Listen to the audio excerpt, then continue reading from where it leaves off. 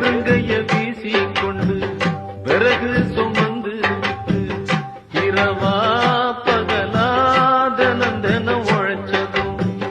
சருகு பொறுக்கி வந்து சாதம் வடிச்சு தந்து